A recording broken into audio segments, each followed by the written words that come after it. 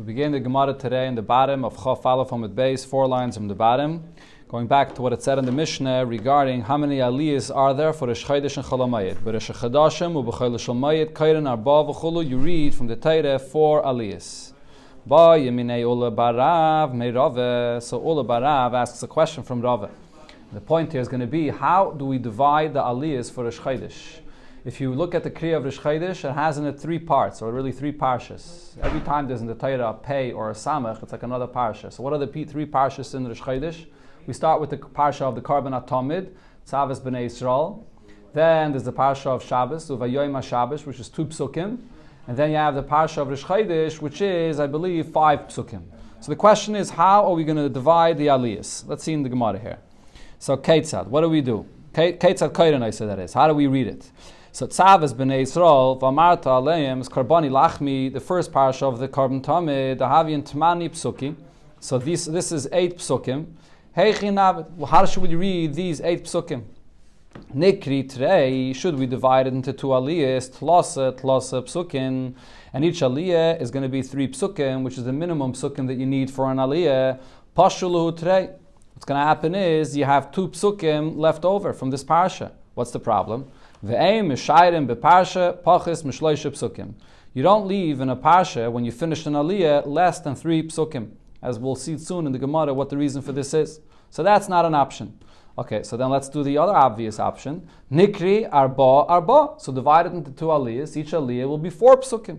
You have 8 psukim, so you have 4 and 4 here. But the question is, Pashuluhu Shiva. So this leaves you with another 7 psukim, which are, and the Gemara explains, what are the other 7 psukim here? V'yoyim HaShabbos Havyan today, the parsha of V'yoyim HaShabbos has 2 psukim in it. U'v'rashachet Sheichem Havyan Chamisha. And then the next parsha of Rosh Chodesh has 5 psukim in it. So what are you going to do now with the other 2 aliyahs of Rosh Chodesh? How are you going to divide it? So Heichi Navad, what should we do?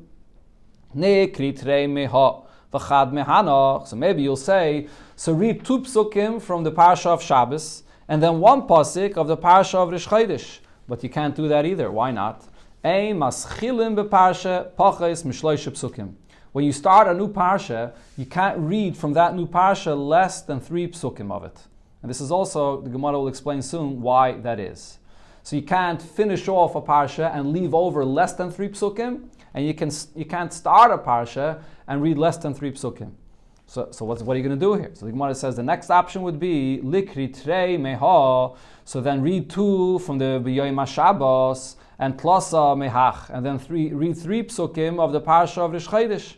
So what happens now? Pashuluhu Trei. If so, you only left, because the parsha of Rosh Chodesh is 5 psukim, and you just read 3 from the parsha of Rosh Chodesh, so you only left with 2 psukim. And we go back to the problem that we had before. You can't leave over from a parsha less than 3 psukim. So therefore, the question remains, how do we read from the parsha of Rosh Chodesh? So he answered him and he said, he would ask the question from Rava. So Rava said, Zulay Shamaiti. Regarding this question of Rosh Chodesh, I did not hear an answer. Kayetze ba Shamaiti. However, similar problem regarding something else, I heard a machlekes about what's done over there. Now, we learned in our Mishnah, and this is in the end of Masechta Tainis, towards the end, so this is talking about the Ma'amodais. Those were the Yidden that were representatives of Klal Yisrael for the Karbonos, and they used to read on Sunday, Monday, Tuesday. They would have their special Kriya Satira that they would read. What would they read from? They would read from the Parsha from Bereshis Bara Lekim until they would go through the Parsha of creation every single day, and there would be 3 aliyahs. Now the Mishnah there explains, by Yom Arishain, on the first day, what would they read? They would read Bereshis, the parsha of Bereshis, which has in it, how many psukim does the parsha of Bereshis have in it? Okay, let's see. So they would read from Bereshis, and also they would read the Yehira Kiyah, also Yehira Kiyah. Okay, so even though it's just the first day, and Il Chayre, they should only be reading Bereshis, but in order to be able to have enough psukim for 3 aliyahs, they would have to read from Bereshis and also the next parsha of Yehira Kiyah. Okay, so Bereshis has 5 psukim in it, and Yehira Kiyah has 3 psukim in it. Tani Allah. So on a brayso we learned regarding this. Bereshis b'shnayim. They would read Bereshis and divide it into 2 aliyahs, and Yehira Kiyah be'echad. And then Yehira Kiyah they would give 1 aliyah for this. So the question is, Va'avinam. So the question that was asked, Bishlam Yehirakia be'echad. We can understand that Yehirakia, you have to give one aliyah for it. The tlas of psukava, it's 3 psukim. That's the minimum for one aliyah. Ela Bereshis b'shnayim. But how could you divide the parsha of Bereshis until Vayera Vayivaki Yei Mechad into 2? Chamisha psukava. It's only 5 psukim. So you don't have 3 psukim for each aliyah. Tanya, and we learn in a brayso that says Hakayre b'Teire, when you read from the Teire leYivchais mishleisha psukim, you should never read for an aliyah less than 3 psukim. So for this, there were 2 answers. Itmar Allah. So we learned regarding this problem. Rav says doilig, you skip. That's the literal translation of doilig, but over here actually doilig means that you skip back. You read over a pasuk that you already read. So that's how you're going to have 3 psukim for the second aliyah. Shmuel Amar, Shmuel says, Paisik. What you're going to do is, the third pasuk you're going to cut in half. The first person is going to read 2.5 psukim, and then the second person will also read 2.5 psukim. So we have here this machlokes, what you do regarding the kriya of this Maimodais. So the saying could also apply regarding the Shchaidish. When you have a problem regarding the aliyahs of the psukim, so you could do one of the 2 things that it says over here. Either you read over a pasuk, or you take one pasuk and you divide it into half. So this same machlokes, maybe 2.5, maybe a half a pasuk could count as a pasuk. That's what Shmuel is saying. So, the point is that we can apply the same inyan b'negei to the Shchaidish. Okay, but the Gemara is now going to continue into a long discussion b'negei to this inyan. This machlokes here between Rav and Shmuel. We had the same Gemara in Tainus. Vitmar Allah, and we learned on this. Rav Omar. Sorry, I just read that. Where am I holding over here? Okay, 1 second. Rav Omar doilik. So when Rav says that you skip back and you read over a pasuk again, my time le Omar paisik. Why did he not say that you should divide a pasuk into half and read 2.5 psukim and 2.5 psukim?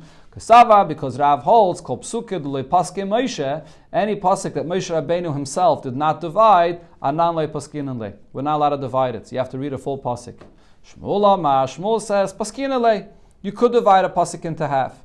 Fragt the Gemara, how could Shmuel say this? Rav Chananya said, Kara Tsar Gadol Hayali, Rab Chananya, which was called Kara, because he would read the psukim for children, he would teach them Torah. So he said, Tsar Gadol Hayali, Eitzer Rab Chanina Gadol.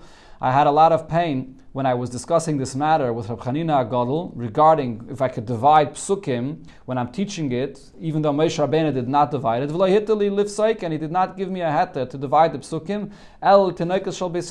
He says, for children, when you're teaching them, so it's hard for them to read the whole pasuk at once. So for children, you could divide the pasuk. Because this is the way it's done in order to teach them the Torah. So, what do you see over here? That's stam to go and divide psukim that Moshe Rabbeinu didn't divide it. You're not allowed to. So how could Shmuel say you divide a pasuk? So the Gemara answers, sometime in mind, mishum d'lo yefshe. When you're teaching children, the reason you're allowed to divide it is because it's impossible otherwise. Hachanami, the same thing over here regarding the parsha that you read from Bereshis, and it only has 5 psukim, so lo yefshe. There's no other option. Shmuel holds reading over a pasuk is not an option. So therefore, the only thing you can do is divide it 2.5 psukim and 2.5 psukim. Shmuel Lama Paisik. So now, the Shmuel that says that you have to divide it, my time Malayama Dailik. Why doesn't Shmuel say that you should only read 2.5 psukim and then another 2.5 psukim? So the Gemara answers, Gzeire Mishum Hanechnasim U Mishum Hayotzim. This is a Gzeire for the people that are coming in and the people that are going out. Because what happens, a person that comes in late, he's going to hear that they're only reading a half of they're reading a half a pasuk, and he doesn't see that they're reading a full pasuk. So this is excited from the nechnasim, and also the yaitzim, people that are leaving. So they're going to think that you read a half a pasuk, and you're not going to read any more. So therefore, because of the people that are nechnasim v'yaitzim, there's excited that they're going to think that you're reading a half a pasuk. The question is on Shmuel, why you don't go back? Why don't you go back? 1 second. You're right. 1 second. I confused this. Okay, so let's do this over again. So the question is according to Shmuel. Yeah. Okay. So I have to correct that. So according to Shmuel, the Gzeira is not about a half a pasuk. The Gzeira is about reading over a pasuk. What's going to happen if you read over a pasuk? So the person that was there in shul and heard the first person read 3 psukim, so he's going to think, look, there's only 2 psukim left over. So the next person is only going to read 2 psukim. He's not going to realize that the next person is going to read over again. And then the person that came in that came in late, and he sees that he's reading over from before, he's going to think the person before him must have read only 2 psukim. So therefore, there's a gzeira for the nechnasim and the yaitzim that they're going to think that you could only read 2 psukim. Okay, thank you for the correction. So let's continue. Now the Gemara has a question on both Rav and Shmuel's opinion. Again, one option to divide a pasuk and one option to read over. But here there's a brayse that says that neither option works. Meisvei, fragt the Gemara, what does it say in the brayse? Parsha shel shishu psukim, if you have a parsha of 6 psukim, kaire noisa b'shnayim. So you read the Torah and you divide it into two aliyahs. There's 3 psukim for each one. V'shachamisha psukim, if it's from 5 psukim, b'yachid, so then that one person has to read all 5 psukim. There's not enough to divide it into 2. What happens if the first person read 3 psukim and he stopped? He didn't continue reading, so now you only have 2 psukim left over. What do? Hasheni kodesh na'im parsha zu. So the next person will have to read 2 psukim of this parsha and ve'echad mi parsha acheres, and he's going to have to add another pasuk from the following parsha to make up for it. There should be 3 psukim. Another opinion here is shloisha. If he's reading into the next parsha, you can't read 1 pasuk from the following parsha. You're going to have to read at least 3 psukim from the next parsha. Lefi she'ei maschilin beparsha pachis mishloisha psukim. Because when you start a new parsha, you can't read less than 3 psukim. Now, if what we said before that you have other options, what Rav said and what Shmuel said, lamandam, according to Rav Dailig, that you could read over a pasuk nidloi. Read over a pasuk for the person that's having the second aliyah. Why does he have to read into the next parsha? Let him just read over a pasuk. And according to Shmuel, that says you could divide the pasuk into half. So nifsek, why can't you divide the pasuk into half? So the Gemara answers, Shani Hasam the Efshe Bahachi. There, it's talking about a Kriyas HaTorah where you don't have to read just the parsha you're reading. You could read on into the next parsha.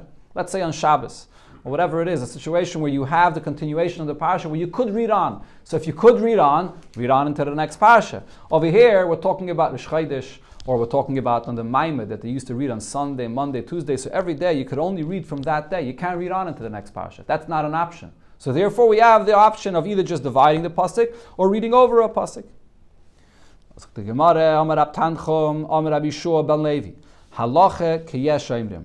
We paskin like the yesh omrim that says that it's not only that you're not allowed to leave over from a parsha just 2 psukim, but also when you start a new parsha, you have to read at least 3 psukim of the new parsha. Right? The Tanna Kama disagreed with that. The Tanna Kama said you could just read from a new parsha 1 pasuk.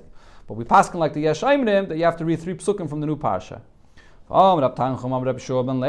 Another thing he said, just like you don't start a new parsha less than 3 psukim, so too, when you're finishing a parsha, you shouldn't leave over less than 3 psukim. So the Gemara asks, on the way he said this statement, that it doesn't make any sense. Pshita, this is obvious. Hashta, now, if you look at the brayse that we just brought, there's the Tanna Kama and there's the Yesh Omrim. The Tanna Kama said that you're not allowed to leave over from a parsha, just 2 psukim. Regarding starting a new parsha, the Tanna Kama said you could even start 1 pasuk. You don't have to read 3 psukim of the new parsha. The Yesh Omrim says that even when it comes to a new parsha, you must read 3 psukim. So if so, the question is, Uma aschalte, if or when it comes to starting a new parsha, the Kamekel Tanna Kama, the Tanna Kama is lenient, and he says you could just start 1 pasuk. Machmiri Yesh Omrim, so the Yesh Omrim are stringent, and they say that when you start a new parsha, you have to read at least 3 psukim. Shiur, when it comes to leaving over psukim of a parsha that you're finishing, the Machmir Tanna Kama, and here even the Tanna Kama agrees that you have to leave over at least 3 psukim. Like Kol Sheken the Machmir Yesh Omrim. So definitely the Yesh Omrim that say that you have to start a new parsha with 3 psukim will agree that you have to leave over 3 psukim. So why did Rabbi Shua ben Levi say that just like just like you don't start a new parsha with 3 psukim, so too you don't leave over. Don't leave over, for sure you don't leave over less than 3 psukim. That everybody agrees to. So the Gemara says, no, there's actually a svara to say that it's the other way around. Mao the Teime, because I would think to say as follows. So before I read the answer of the Gemara, what's the reason why when you leave over from the 3 psukim, from a parsha that is, you have to leave over 3 psukim? And when you start a new parsha, you have to start with three psukim.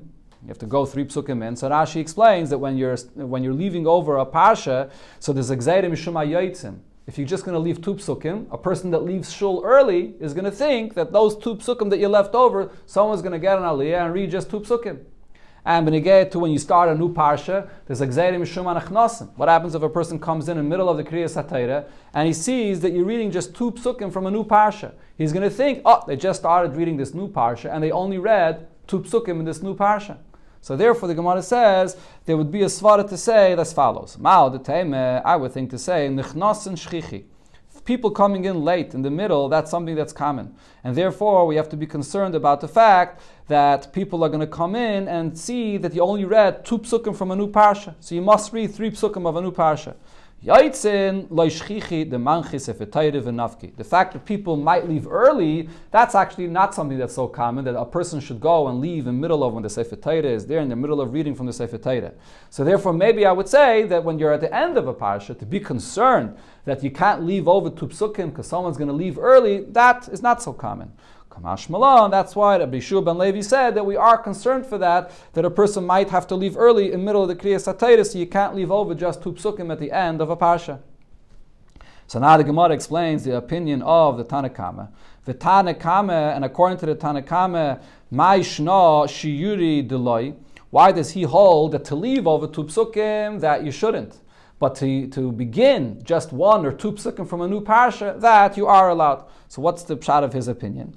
So the Gemara, Mishum Yaitzin, Aschuli, Mishum Yaitzin, again, let's read this again. So Vatana Kame, Mishum Shiur, Diloi, Mishum Yaitzin. So when it comes to leaving over 2 psukim at the end of a parsha, so over there the Tanakama agrees that that's not allowed because you're afraid of the people that are leaving. And they might see that there's only 2 psukim left. And they'll think that you're just going to read 2 psukim and that's all. So the same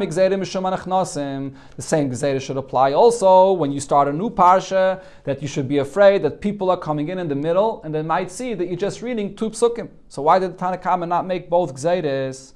So the Gemara explains, Amri, they answered, Manda Ayel, the Tanakhama says, someone that comes into shul, that we're not concerned about, that he's going to make a mistake regarding thinking that they're not reading enough of the Torah, because shiur is shayil. He can ask people about what happened. He's here, he's in shul, so he'll ask. So the Gemara here is bringing you 2 opposite svaras. One svara, before the Gemara said the svara, it's not so common for people to leave in the middle. It's more common for people to come late. So people coming late is more of a problem.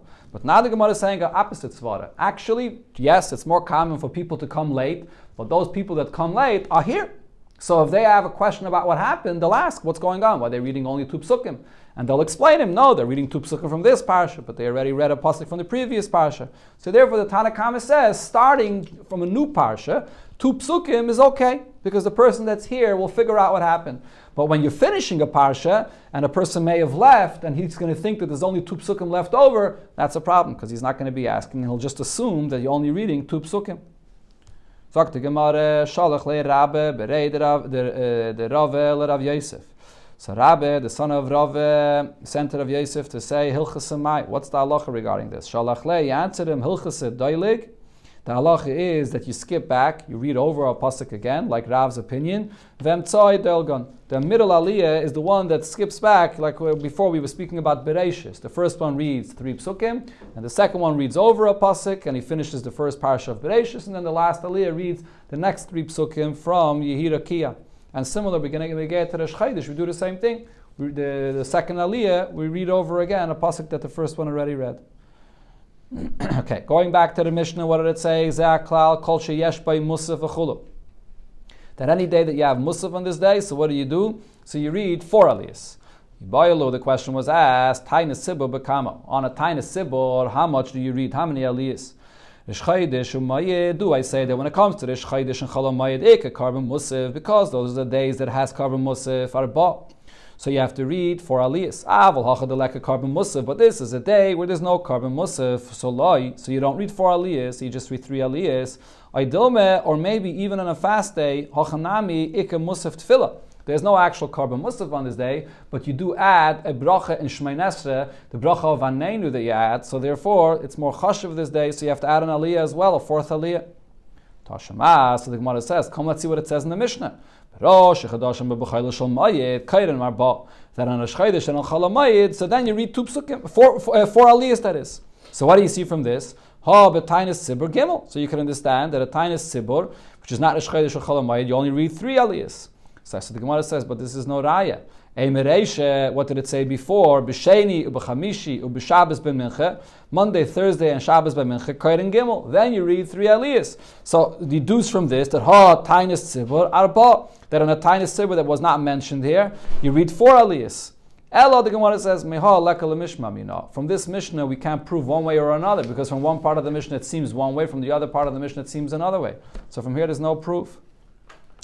Toshema, the Gemara brings the following incident. The Rav ikla lebavel betainis tzibur. Rav found himself in Bavel on a tainis tzibur, and kara b'sifre. So he got up and he got an aliyah and he read from the Sefer Torah. Pasach brich. He began reading from the Sefer Torah. He made the bracha before he read. Chasim, when he finished reading from the Sefer Torah, v'loy brich, and he did not make a bracha. And then naful kula alma a'ampayu, when they were davening, so everybody fell on their faces. But Rav le'nafal alape. Rav did not fall on his face. The Gemara is going to explain all the details of this story. But first, the Gemara is going to bring a raya from here for the question that we have regarding the number of aliyahs on a tainis tzibur. So now, mechti, let's see. Rav bi Yisrael kara. Rav was not a kohen, so Rav must have gotten an aliyah of Yisrael. So now let's try to explain this. My time mechosam v'loy barach. Why, when he finished reading from the Torah, did he finish and he did not make a bracha after he finished? Lav isn't the reason. Don't you think the reason is because somebody was going to get an aliyah after him? So the Mishnah said, the Gemara we learned yesterday said that originally the takana was that you make one bracha before and one bracha all the way after, and everybody in between doesn't make the bracha after. So probably that's what happened there. Rav got the aliyah of Shlishi, and then there was someone getting an aliyah for the V, so therefore he didn't make a bracha after. So this proves that on a tainis tzibur there are 4 aliyahs. Oh, the Gemara is going to ask that. Very good. We'll see in a moment. Zakt the Gemara, loy. This is not what happened here. Rav bekahani kara. Rav got the aliyah of kohen. So where we find there's such a concept that a Yisrael gets the aliyah of kohen. The Rav Huna kari bekani. Rav Huna also used to get the aliyah of kohen, and so it's because he was a Talmud Chacham and so on. So therefore, same thing over here. A Talmud Chacham could get the aliyah of kohen.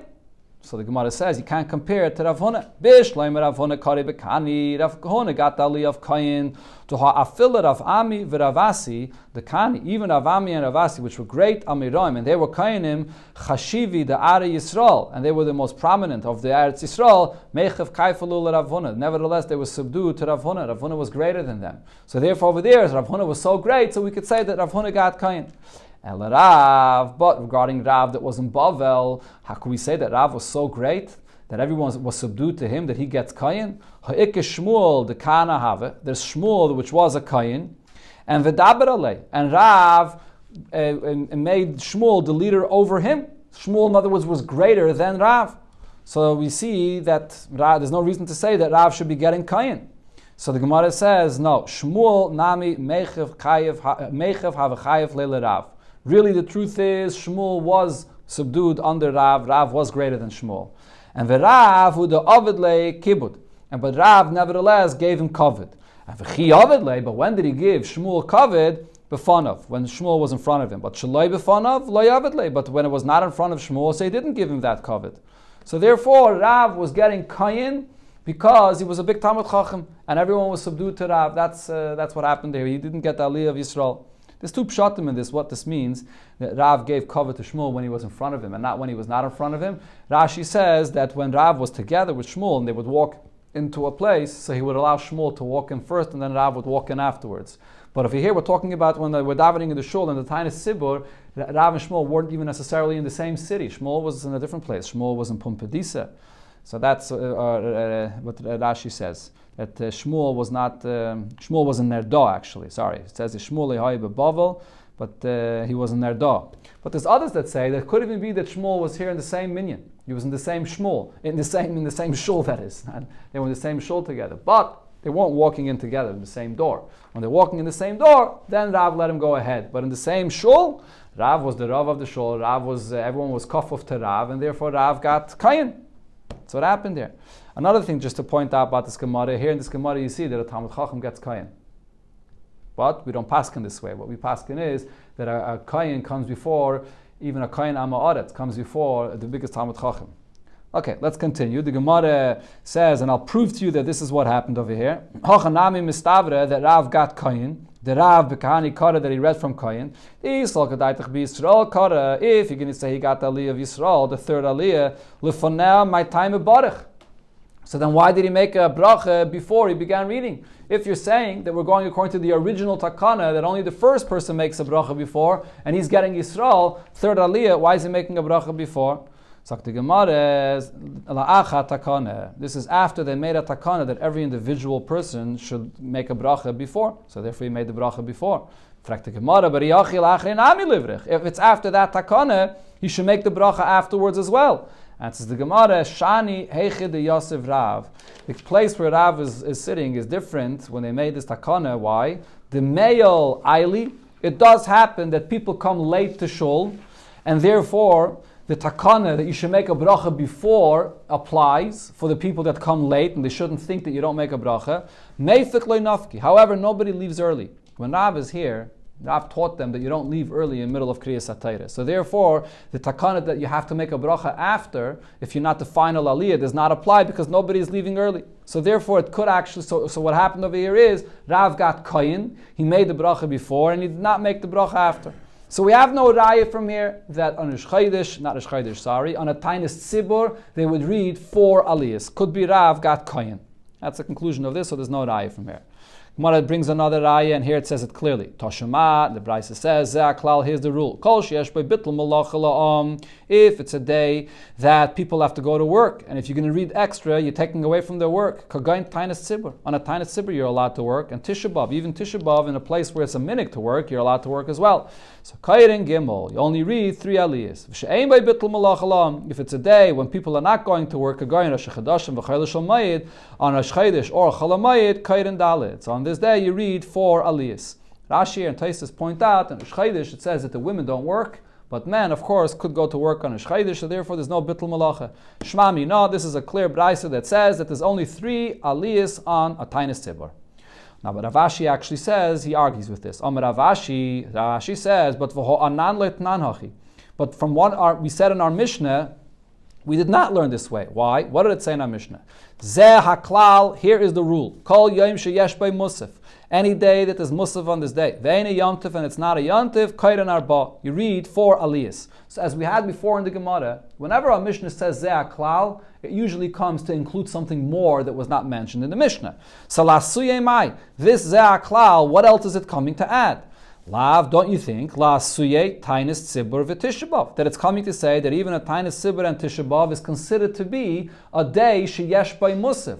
Not musaf as in carbon musaf, but musaf as in it has another tefillah that you daven anenu on this day, and therefore that's what the Mishnah is coming to say, that you should have 4 aliyahs on a tainis tzibur. This is the raya that Rav Ashi brings from our Mishnah. So the Gemara says, now Rav Ashi, according to Rav Ashi, that says that from our Mishnah we see that you have to have 4 aliyahs for a tainis tzibur. Masnisan Mani, according to whose opinion is our Mishnah going to go? Loy Tanakama v'loy Rabbi Yosi. Not the Tanakama in the following Braisa, and not Rabbi Yosi. What does it say here? The Tanya, we learned in the Braisa, Chol yis b'sheni b'chamishi, if the fast that you're fasting, and this is talking about the fast that they fasted when there was no rain. So if you're fasting on a Monday and a Thursday, Kairin Gimel, so then they would read 3 aliyahs, Mafter echad, and one of them, the last one, would say Haftareh. B'shlishi b'rivi, so the Tanakama says if it's a Tuesday or a Wednesday, so kaira echad, so then there's only 1 aliyah, one person reads umafter echad, and he says aftaira as well. Rabbi Yosi says la'olam kairin gimel umafter echad. You always have on a tainis tzibur 3 aliyahs, and the last one says the aftaira. So what do you see over here? That nobody says that on a tainis tzibur you read 4. So how could Rav Ashi say that in our Mishnah you see that you read 4 aliyahs? So the Gemara says, okay, so Rav Ashi was not right. Ve'elo kashye zeh haklal. So now the question is that when it said in the Mishnah zeh haklal, what is it coming to add? There's another gersa here in the Gemara. In our Gemara it says loy la'asuye rish chodesh and mayid. Don't you think that it's coming to add rish chodesh and mayid? Or the other gersa in the Gemara over here is la'asuye mai. What is it coming to add? Is it coming to add rish chodesh and mayid that you have to read 4 aliyahs? That can't be because habad yekatanila. That it already says clear in the Mishnah. But Rashi Chadashe Mumayid, that on Rosh Chodesh and on Chol Hamoed, Kairin Arba, that you read 4. So the question remains, this klal, Zeh HaKlal in the Mishnah, what did it come to add that we wouldn't know? So the Gemara says, in this case, it actually does not come to add anything. Simana ba'al meyav, the Mishnah is giving you a sign, or it's giving you a way how to know when you read more aliyas, because you can get confused about this. The loy teime, you shouldn't make a mistake and say, Yom Tov v'chol hamayid, v'chol shel mayid ki adadininu. That maybe Yom Tov and Chol Hamayid are similar, they're the same. And therefore maybe by both of them you should have 5 aliyas. Ella, rather, what we say is, Nikoit hai klala biyotcha. You should have the following rule in your hand. Call the tafile milsa mechavre. Anytime you have a day that has something more special about this than the other day, tafile gavre yisera. So you add another person to read more from the Torah. And hilkach, and therefore the rule is as follows. Bereish chaydesh umayid, anish chaydesh and chalamayid, ik a carbon musiv. Since there's a carbon musiv on this day, kairin arba. So 4 people read from the Torah. Yom Tov Da'asa Basis Malacha, Yom Tov, which has an added special thing that you're not allowed to do work on this day, so there's more Kedusha on this day, Chamisha. So you read 5 people from the Torah. B'yom HaKippurim, the Onish Kares. On Yom Kippur, where there's more Kedusha, if you do Malacha on this day, there's Onish Kares, Shisha. So 6 people read from the Torah. Shabbos, the Ikes, is Skila. Shabbos, where there's more Kedusha to the day. If you do Malacha, there's Isser of Skila, Shiva. 7 people read from the Torah. That's the klal that the Mishnah was giving. Okay, the Gemara did not conclude over here. In other words, we're left with the raya that we had before, which is what we do today. That on a tiny sibur, we only read 3 people, 3 aliyahs from the Torah. But now, because the Gemara brought before what happened with Rav, the Gemara goes back to it and analyzes this story. Gufa, what happened here? Rav iklala bavel. Rav was in bavel b'tayna sibur on a tayna sibur, and kam kara b'sifra. He read from the Sefer Torah, Pasach barich. He began and he made a bracha, chasim v'loy barich. When he concluded, he did not make a bracha. So we explained that part before. The next part of the story was nafal kula alma ampayu. Everybody else fell on their face, and Rav le'lafal al ampay. And Rav did not fall on his face when he was davening. My time, what's the reason for this? My time, Rav le'nafal al ampay. Why did he not fall on his face? So the Gemara explains, Ritzpa shalavonim hoisa, because the floor was made from stone. And Vitanya, we learned in the Braisa, ve'evem maskis le'sitnu ba'artzachem, you should not have stone floors, le'ishtachvis aleh, that you bow on it. So what do we learn from this? That on any stone floor, anywhere in Eretz Yisrael, anywhere in any of your lands, you're not allowed to bow on it. In the Beis Hamikdash, that's the only place that you're allowed to bow on a stone floor. And this is like Ula said, where are you not allowed to bow down anywhere outside the Beis Hamikdash, only if it's a stone floor. So therefore the point was, Rav was davening in a place that was a stone floor, so he didn't want to fall on his face, he didn't want to bow down on the stone floor.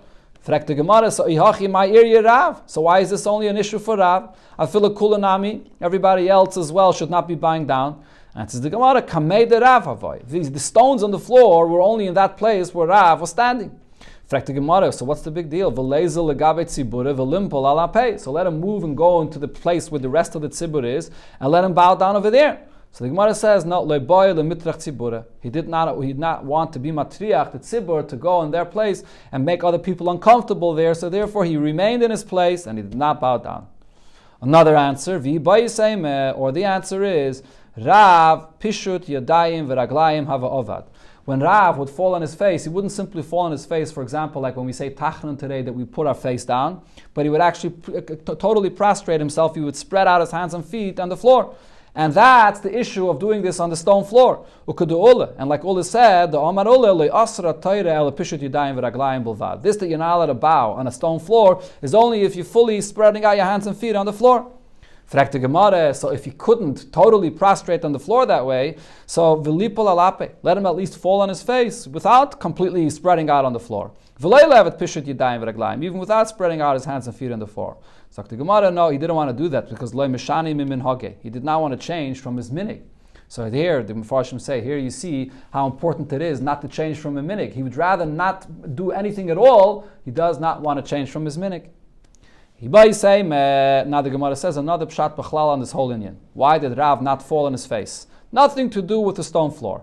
Adam choshev shani, when you have a prominent person and he's davening, he's not supposed to fall on his face. A prominent person should not fall on his face. Only if he knows that he's going to be answered, like we find by Yeshua ben Nun. What does it say there? Yeshua, kum l'cha. The Eibusha tells Yeshua, get up. And the pasuk over there says that the lamazat to neifel al panecha. That's the continuation of the pasuk. Why are you falling on your face? Which means a chashav person should not be falling on his face when he davens, unless he knows for sure he's going to be answered. Otherwise, people are going to say, look, this chashav person is davening with such might, and nevertheless the Eibusha is not answering him. So therefore Rav did not fall on his face. Okay, we'll stop over here. The Gemara will see Mitzvah tomorrow, the Hemshech Inyan.